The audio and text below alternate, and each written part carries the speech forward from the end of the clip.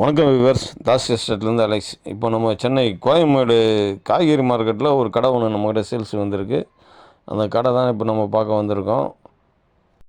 இதுதான் Koyambedu மார்க்கெட்டோடைய main entrance. இந்த இடத்துல மெட்ரோ ஸ்டேஷன் ஒர்க்கு நடந்துகிட்டு இருக்கிறதுனால இப்போது இப்படி இருக்குது. இல்லைன்னா அந்த இடத்துல பெரிய ஆர்ச் ஒன்று இருக்கும், 2 கேட் இருக்கும். லெஃப்ட் சைடில் கோயம்பேடு ஹோல்சேல் மார்க்கெட்டோடைய பழ மார்க்கெட்டு, ரைட் சைடில் பார்த்திங்கன்னா வெஜிடபிள் மார்க்கெட்டு. இதை தாண்டி போனோம்னா ஃப்ளவர் மார்க்கெட்டு, பூ மார்க்கெட்டு.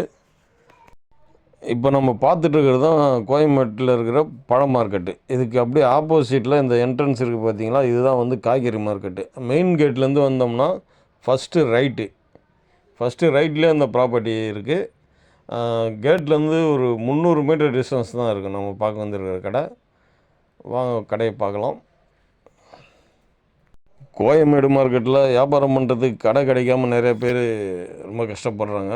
அது மாதிரி கடை பார்த்துட்ருக்கிறவங்களுக்கு இது ஒரு வாய்ப்பு.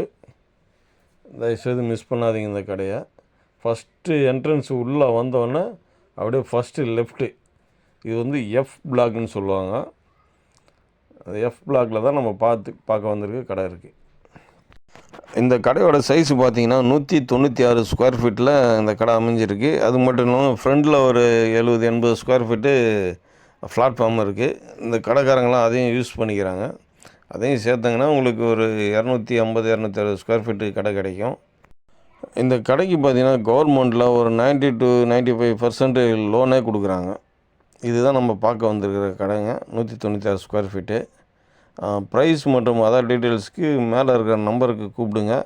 நம்ம சேனலை மறக்காமல் சப்ஸ்கிரைப் பண்ணுங்கள், ஷேர் பண்ணுங்கள். நன்றி.